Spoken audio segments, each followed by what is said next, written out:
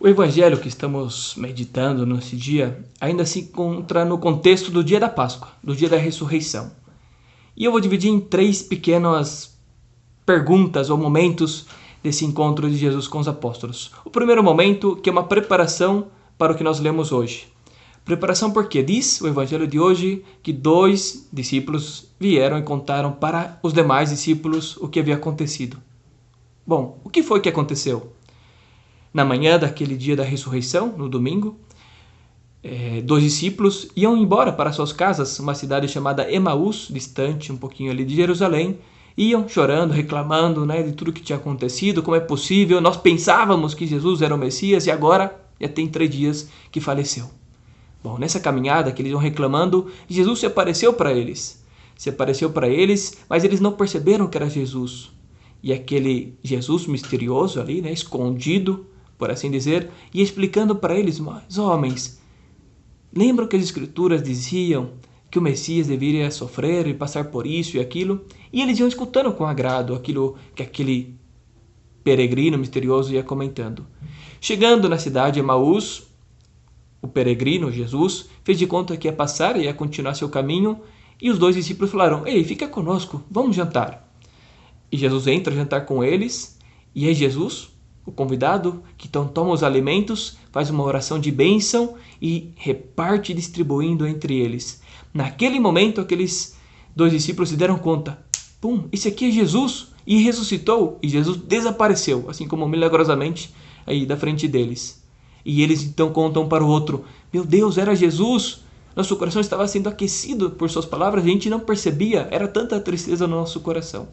Então eles vão correndo para Jerusalém, se encontrar com os outros discípulos e contar para eles esse momento que eles tiveram e como eles descobriram que era Jesus. E aí entramos então nas leituras de hoje. Então passamos para o segundo momento, que é o primeiro do Evangelho. Qual é esse primeiro momento? Eles estão ali em Jerusalém e Jesus se aparece. Jesus se aparece então não só para os 2, mas para todos os discípulos ali reunidos e diz a seguinte coisa: a paz esteja convosco. Jesus vem trazer a paz. Essa é uma grande mensagem da ressurreição, a paz. Jesus quer que tenhamos a paz que Ele vem dar. A paz eu vos trago a vós. Esteja convosco a minha paz, como nós rezamos na missa. Bom, diante disso, qual é a reação dos apóstolos? Eles estão com medo. Imagine só, estão aí tendo diante deles Jesus ressuscitado, assim, imagino Jesus com os braços abertos, querendo acolher todo mundo, e eles estão ali assustados, com medo e não sabem o que fazer, estão meio que congelados. E por que esse medo? Imagine só, da onde saiu esse Jesus? Eles estavam fechados, com as portas trancadas, tudo trancado, porque eles estavam com medo, não de Jesus, estavam com medo dos judeus que pudessem fazer com eles o mesmo que fizeram com Jesus, levá-lo à cruz, à morte, à condenação. E do nada aparece Jesus no meio deles: a paz esteja convosco. E eles ali com medo, então não sabem o que fazer, e então Jesus vem. Um quarto momento, por assim dizer, é a mensagem da ressurreição de Jesus. Primeiro a paz, agora então Jesus quer fortalecer a fé daqueles homens e diz para eles: não tenham medo, sou eu mesmo. E para provar que sou eu mesmo, venham, olhem minhas mãos, olhem, sou eu mesmo, podem tocar-me, eu tenho carne e ossos, coisa que fantasma não tem. Sou eu mesmo. E porque sou eu mesmo, olha, eu vou me alimentar diante de vocês, me tragam aqui algum alimento. E Jesus se alimenta diante deles depois de ter mostrado suas chagas, de ter mostrado que ele tem corpo realmente. Essa é a ressurreição, imagine só. A ressurreição não é um espírito aí, de repente, que se aparece. A ressurreição é o próprio ser humano com seu corpo e alma que outra vez estão aí revigorados. Isso é com vida novamente. E isso Jesus vem mostrar para eles. E começa depois de tudo isso a explicar para eles. Lembrem que eu falei para vocês durante todo o nosso tempo juntos, quando eu ainda estava com vocês antes, que era necessário se cumprisse as escrituras, que era necessário passar por sofrimentos e cruzes, mas que eu ressuscitaria, pois essa ressurreição que vocês não sabiam o que significava, eis aqui. É isso que eu mostro para vocês. E aqui vem a última parte de tudo isso. Quando Jesus fala para eles: e é vocês que vão dar testemunho de tudo isso. Vocês. Eu não vou estar aparecendo para todo mundo. Vocês vão ser as testemunhas da ressurreição. Então façam essa experiência da ressurreição, que é algo inédito, que é algo novo. vocês serão testemunhas de tudo isso.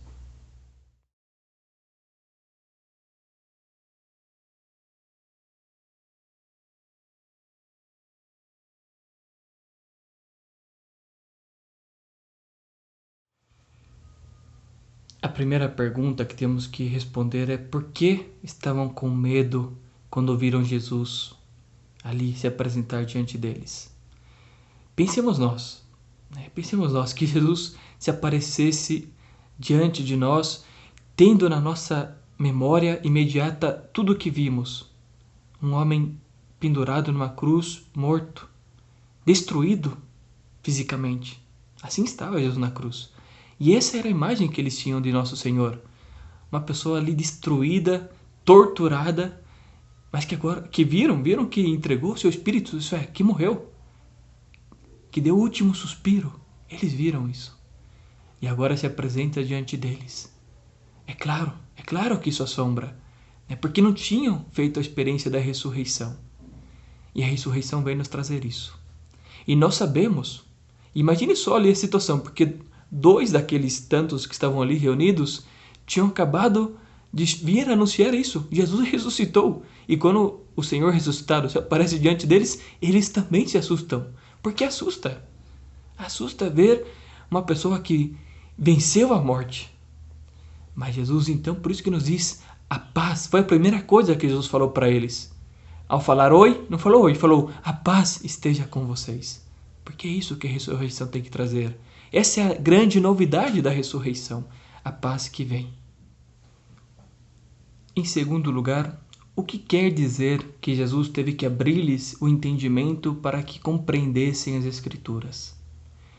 Jesus passou todo o seu tempo público, sua vida adulta ali, quando foi reunindo os apóstolos, os discípulos, explicando que as Escrituras, que era o livro religioso daquele povo, falavam do Messias, que era ele. E nessas explicações que Jesus dava, ele pegava também aquela parte mais escura das Escrituras, que dizia que o servo deveria sofrer. Sim. Que o Messias, o esperado, o Salvador, passaria pelo sofrimento. Mas é como nós. Isso é um pouco irracional, por assim dizer, pensar essas coisas. E Jesus, então, pede para eles enxergarem isso. E era essa a explicação que Jesus dava. Ele ia nas particularidades mais difíceis da Escritura para explicar a necessidade de passar por isso, pela cruz, pelo sofrimento. Que é daí que viria a vitória. Qual vitória? A vitória sobre a morte, sobre o pecado, que era necessário para a salvação nossa, de todos, que o Messias, o enviado por Deus, passasse por isso para nos dar vida. Que a morte de um traria vida para todos nós. E em terceiro lugar, essa última frase do que nós lemos hoje. Sereis testemunhas de tudo isso. Jesus não deixava só esse pedido, esse mandamento, esse mandato de envio aos discípulos ali reunidos, mas a todos nós. E é impressionante a cadeia que se gerou desde esse momento que Jesus falou isso para aqueles apóstolos.